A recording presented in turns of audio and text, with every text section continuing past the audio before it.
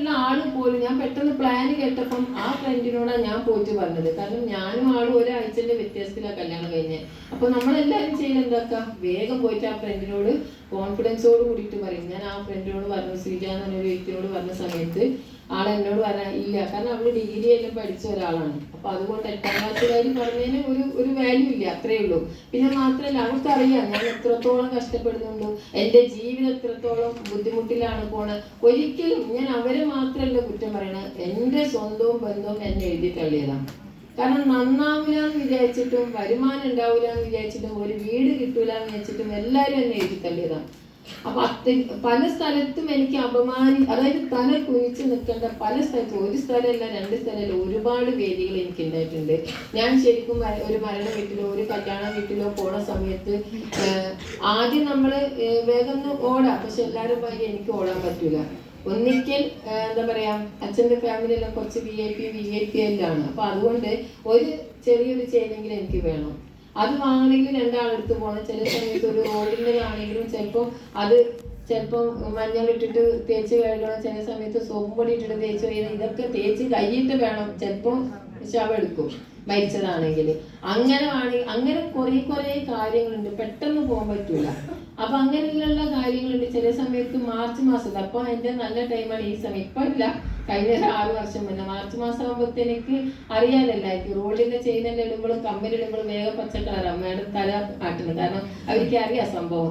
ഇത് അവര് മാത്രമല്ല, ഒട്ടുമിക്ക സ്ത്രീകളും ഇതാണ് സംഭവം. എനിക്കറിയാം ഇന്നത്തെ ഈ കാലത്ത് നമ്മളെപ്പോഴും നമുക്ക് വേണ്ടിയിട്ടല്ല നമ്മൾ ജീവിക്കണം. കാരണം നമ്മളെ മറന്ന് നമ്മളെന്താക്കുക, നമ്മുടെ കുടുംബത്തിന് വേണ്ടിയിട്ട് മാത്രമാണ് നോക്കണം. ഇവിടെ എനിക്കും ഇതേപോലെ ആഗ്രഹങ്ങളും സ്വപ്നങ്ങളും ഒക്കെ ഉണ്ട്, പക്ഷെ അതൊന്നും നടക്കണില്ല. നടക്കാത്ത പണം ഇല്ലാത്തത് കൊണ്ടാണ്. ഈ അവഗണനയും ആട്ടും കിട്ടിയിട്ട് മതിയായി.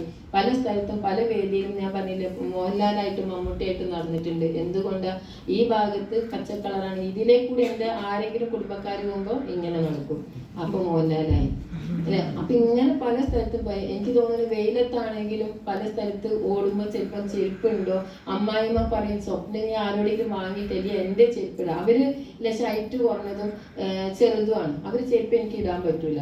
അങ്ങനെ അല്ലെങ്കിൽ ഞാൻ ഒന്ന് ട്രൈ ചെയ്തു, കാരണം അധികം അവരെ ബ്ലൗസ് അവരെ സാരിയിലാണ് ഞാൻ ഇട്ട് കാണാണ്ടും കണ്ടിട്ടും എല്ലാം പോകും. ഞാൻ എങ്ങനെയെങ്കിലും ഞാൻ നിങ്ങളോട് പറയാനുണ്ടെങ്കിൽ ദിവസവും നാളുകളും തള്ളി നീക്കുന്നത് മാത്രമേ എൻ്റെ മുന്നിൽ ഉണ്ടായിട്ടുള്ളൂ. പക്ഷെ ഫിജി കാർഡിൽ വന്ന സമയത്ത് എൻ്റെ ഇഷ്ടത്തിന് ഒരു പ്രോഡക്റ്റ് വാങ്ങി നല്ല ബുദ്ധിമുട്ടുണ്ടായിട്ട് എനിക്കും ദൈവത്തിനും മാത്രമേ അറിയുള്ളൂ ഞാൻ ഈ കമ്പനിയിൽ അസോസിയേറ്റ് ചെയ്തത് എങ്ങനെ എന്നുള്ളത്.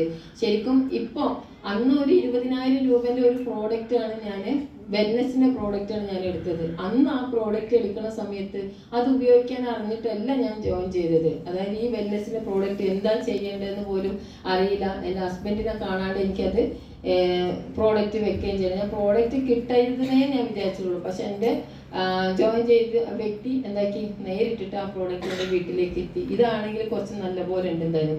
അങ്ങനെ മറ്റേ ബെഡിൻ്റെ ഉള്ളിൽ അത് കുറേ കാലത്തിന് അത് അവിടെ കിടന്ന്. എന്തായാലും ഞാൻ വിട്ടിട്ടില്ല. കാരണം ഒരു 2 മാസം ആകുമ്പോഴത്തേക്ക് എൻ്റെ ഹസ്ബൻഡ് അറിയാണ്ട് തന്നെ എനിക്ക് കമ്പനിയുടെ 2ാമത്തെ റാങ്കിലേക്ക് എത്താൻ പറ്റി. കാരണം ഞാൻ ജോയിൻ ചെയ്ത് കഴിഞ്ഞ സമയത്ത്, ജോയിൻ ചെയ്യുന്ന സമയത്ത് ഞാൻ ഒരു 3 സ്ഥലത്ത്, കോഴിക്കോട് നടക്കാവ് അപ്പാർട്ട്മെന്റ്, മനോരമ ഓഫീസിന്റെ അപ്പാർട്ട്മെന്റിൽ, അവിടെയാണ് ഞാൻ വീട്ടു ജോലിക്ക് പോയത്. അവിടെ 3 സ്ഥലത്ത് വീട്ടു ജോലിക്ക് പോയതാണ്. അത് നിർത്തി ഞാൻ ഫിജി കാർഡിൽ വന്ന സമയത്ത്. അതേപോലെ തന്നെ ജോയിൻ ചെയ്ത പോലെ തന്നെ അതേപോലെ തന്നെ പലഹാരങ്ങൾ ഉണ്ടാക്കിയിട്ട് എല്ലാ കടകളിലും കൊടുക്കും, അമ്മിമേൽ അരച്ചിട്ട് അരിവ് ഫ്ലാറ്റിലൊക്കെ കൊടുക്കും. ഇതൊക്കെ മൊത്തം നിർത്തി. എനിക്ക് വരുമാനം കിട്ടിയിട്ടല്ല, ഫിജി കാർഡിൽ ജോയിൻ ചെയ്ത പാടെ ഞാൻ നിർത്തിയത്. എനിക്ക് ഒരു വിശ്വാസമുണ്ട്, കമ്പനിന് ഒരു വിശ്വാസമുണ്ട്, ബോച്ചെ എന്ന് പറഞ്ഞൊരു വ്യക്തിയുടെ വിശ്വാസമുണ്ട്. എനിക്കറിയാം രക്ഷപ്പെടാൻ ഒരു അവസരമാണ് എനിക്ക് കിട്ടിയത്. ഈ അവസരം ഞാൻ എന്താക്കണം, നല്ലപോലെ ഉപയോഗിച്ചാൽ മാത്രമേ എനിക്ക് രക്ഷപ്പെടാൻ പറ്റുള്ളൂ. അതിനെന്താണ്, നമ്മളെ സമയം നമ്മൾ ഇതിന് കൊടുക്കണം അല്ലെ. നമ്മളെ സമയം ഇപ്പോൾ ഒരു ഗവൺമെന്റ് ജോബ് ആണെങ്കിലും രാവിലെ മുതൽ വൈകുന്നേരം വരെ നമ്മൾ പണിയെടുക്കണം, എന്നാൽ മാത്രമേ നമുക്ക് പൈസ ഉള്ളൂ അല്ലെ. അപ്പൊ നമുക്ക് ലീവ് ഉണ്ടാവും, ഒക്കെ ഉണ്ടാവും. പക്ഷെ ആ ലീവ് ഉണ്ടെങ്കിൽ കുറേ മാതിരി ലീവ് എടുക്കുന്നാണെങ്കിൽ അവിടുന്ന് നമ്മളെ ജോലി ഇതായിട്ട് വരും. അപ്പൊ അതുപോലെ ഞാൻ ജോയിൻ ചെയ്ത സമയത്ത് ഞാൻ ഈ ചെയ്യുന്ന എല്ലാ രാത്രി ആയാലും മെഷീൻ അടിക്കും, ചെയ്യാൻ പറ്റുന്ന പല കാര്യങ്ങളും ചെയ്തിട്ടുണ്ട്. പക്ഷെ ഫിജിക്കാർഡ് വന്ന സമയത്ത് ഇതൊന്നും ചെയ്യാണ്ട് എൻ്റെ ഹസ്ബൻഡിനോട് ഒന്നും പറയാണ്ട് എൻ്റെ ഹസ്ബൻഡിന് വിചാരം വെച്ചാൽ ഞാൻ വീട്ടിൽ ജോലിക്ക് പോകുന്ന ഒന്നും വേണ്ടൂല. അപ്പൊ അതുപോലെ ഞാനൊരു 2-3 മാസം വരെ എൻ്റെ ഹസ്ബൻഡിനോട് പറയാണ്ട് ഒരിക്കലും നിങ്ങൾ അങ്ങനെ ചെയ്യണമെന്നൊന്നും ഞാൻ പറഞ്ഞിട്ടല്ല, ഞാൻ എൻ്റെ എക്സ്പീരിയൻസ് മാത്രമാണ് ഷെയർ ചെയ്യണത്. അങ്ങനെ ഞാൻ എന്താക്കി, ഞാൻ രണ്ടാമത്തെ റാങ്കിൽ എത്തുന്ന സമയത്ത് ഇതേപോലെ നമുക്കൊരു വേദി കോഴിക്കോട് എനിക്ക് ഉണ്ടായിട്ടുണ്ട്. കാരണം അന്ന് എന്തെങ്കിലും എക്സ്പീരിയൻസ് അവിടെ ഷെയർ ചെയ്യണം എന്നുള്ളത് എൻ്റെ മാഡം എന്നെ വിളിച്ച് പറയാം. ഞാൻ ആദ്യമായിട്ടാണ് അങ്ങനെ ഷെയർ ചെയ്യാനോ അല്ലെങ്കിൽ സംസാരിക്കണം എന്ന് വിചാരിച്ചിട്ട് പോണത്. അവിടെ പോണ സമയത്ത് എൻ്റെ ഹസ്ബൻഡ് അറിയുന്നില്ലല്ലോ ഞാൻ ഈ ഫിജിക്കാർഡിലുള്ളത്. ആളോട് ഞാനിത് പറയാൻ പലവട്ടങ്ങൾ ശ്രമിച്ചിട്ടുണ്ടെങ്കിലും അത് ചെവി ഇതാക്കുന്നില്ല. അങ്ങനെ ഞാൻ അന്ന് രണ്ടാമത്തെ ഇതിലേക്കല്ല പിന്നെ കോഴിക്കോട് സ്മാർട്ട് ടവറിൽ ഇതിന് പോണ സമയത്ത് ഫിജിക്കാർഡിൻ്റെ ആ ഒരു മീറ്റിങ്ങിന് പോകുന്ന സമയത്ത് എൻ്റെ ഹസ്ബൻഡ് ഒരിക്കൽ പോലും പുറത്തു പോകുന്നില്ല. കുറേ സമയം വെയിറ്റ് ചെയ്ത് എനിക്ക് വിളി വന്നുകൊണ്ടിരിക്കുകയാണ്. 3 മണിയാവാനായി, പ്രോഗ്രാം തുടങ്ങാനായി, വേഗം വരണം, എനിക്കാണെങ്കിൽ എങ്ങനെയെങ്കിലും ഗസ്റ്റിനെ അവിടെ എത്തിക്കേണ്ടതുണ്ട്. അപ്പോൾ എന്താ പറയുക, ആള് പോവാണ്ടായ സമയത്ത് ആൾ എന്താണ് പോവാത്തതെന്ന് ചോദിച്ചപ്പോൾ എന്നോട് പറഞ്ഞു, എനിക്ക് പിന്നെ നമുക്കിന്ന് ഒരു കല്യാണം ഉണ്ട്, അത് ഇടപാടുണ്ട്, 500 രൂപയാണ് ഇടപാട്, അതുപോലെ തന്നെ കറണ്ടിൻ്റെ പൈസ അടച്ചിട്ടില്ല. അപ്പം ഇതും പറഞ്ഞാണ് ആളിങ്ങനെ അങ്ങോട്ടും ഇങ്ങോട്ടും. ഞാനറിയില്ല, ഞാൻ വിചാരിച്ച് ഞാൻ ജോയിൻ ചെയ്തത് ആൾ അറിഞ്ഞിട്ടാണ് അങ്ങോട്ടും ഇങ്ങോട്ടും നടക്കുന്നത്, ആരോ എങ്ങനെ വിളിച്ച് അറിയിച്ചിട്ടുണ്ടെന്ന് വിചാരിച്ചേ. നോക്കുമ്പോൾ എന്താ പറയുക, നമുക്കറിയാം കമ്പനിയുടെ രണ്ടാമത്തെ റാങ്ക് എത്തുമ്പോഴത്തേക്ക് ഏകദേശം ഒരു 10-20,000 രൂപേൻ്റെ അടുത്ത് നമ്മളെ അക്കൗണ്ടിലേക്ക് വരുന്നു. എത്ര ആൾക്ക് അങ്ങനെ ഒരു 20,000 രൂപേൻ്റെ അടുത്ത് കിട്ടിയിട്ടുണ്ട് ഇവിടെ ഇപ്പൊ ഇവിടെ വന്ന ആളുകൾക്ക്? ഏകദേശം ഇത്രയും ആളുകൾക്ക് കിട്ടിയിട്ടുണ്ട് അല്ലേ ജോയിൻ ചെയ്യുന്ന. അതേപോലെ തന്നെ എനിക്കും ഒരു 20,000 രൂപ, പക്ഷെ അതെനിക്ക് എടുക്കാൻ അറിയില്ല, ATM ഉപയോഗിക്കാൻ അറിയില്ല. അതുകൊണ്ട് ATM അവിടെ വീട്ടിലുണ്ട്. ഇപ്പൊ ഞാൻ എന്താക്കി, ATM എടുത്ത ആൾക്ക് ഇതൊക്കെ അറിയാം. ATM എടുത്തു കൊടുത്തു. ഞാൻ പറഞ്ഞു ഇതിനകത്ത് കുറച്ച് പൈസ ഉണ്ട്. അപ്പൊ എന്നോട് ചോദിച്ചാൽ എത്ര പൈസ ആണ്? ഇപ്പൊ ഞാൻ പറഞ്ഞു നിങ്ങൾക്ക് എത്രയാണോ വേണ്ടത്? അപ്പൊ എന്നോടാണ് ഒരു പിന്നെ 1000 രൂപ കിട്ടിയാൽ മതിയെന്ന്. ആ 1000 രൂപക്ക് വേണ്ടിയിട്ട് ഞാൻ ആ ATM കൊടുത്തു. ആളെടുത്ത് വരുന്നപ്പോൾ എന്നോട് പറഞ്ഞു ഇതിൽ പൈസ ഉണ്ടല്ലേ, ഇത്രയും പൈസ എവിടെന്ന് വെച്ചപ്പോൾ ഞാൻ പറഞ്ഞു അപ്പോഴത്തേക്ക് വരുമ്പോഴത്തേക്ക് നമ്മളെ വീഡിയോ വൈറലായി. കാരണം അന്ന് എക്സ്പീരിയൻസ് പറഞ്ഞ എൻ്റെ മോളെ ഫോണിൽ അത് വന്നു.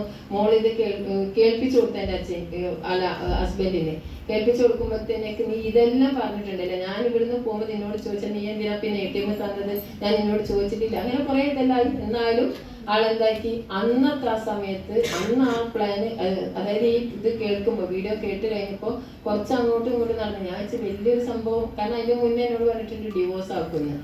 കാരണം എന്നോട് പറഞ്ഞ ഡിവോഴ്സ് ആക്കും, നീ നിന്റെ വീട്ടിൽ പോയി നിന്നോ, ഫിജിക്കാർഡ് ചെയ്യണം എന്നുണ്ടെങ്കിൽ നീ നിന്റെ വീട്ടിൽ പോയി നിൽക്കണം, എന്നാൽ മാത്രമേ എനിക്ക് ചെയ്യാനുള്ള അവസരം, എന്നിട്ട് എൻ്റെ ചെലവിൻ്റെ പൈസ അങ്ങോട്ട് കൊണ്ടുതരുന്നു. ഇവിടെ നിൽക്കുമ്പോൾ ചെലവിൻ്റെ പൈസ ഞാൻ നടക്കണം.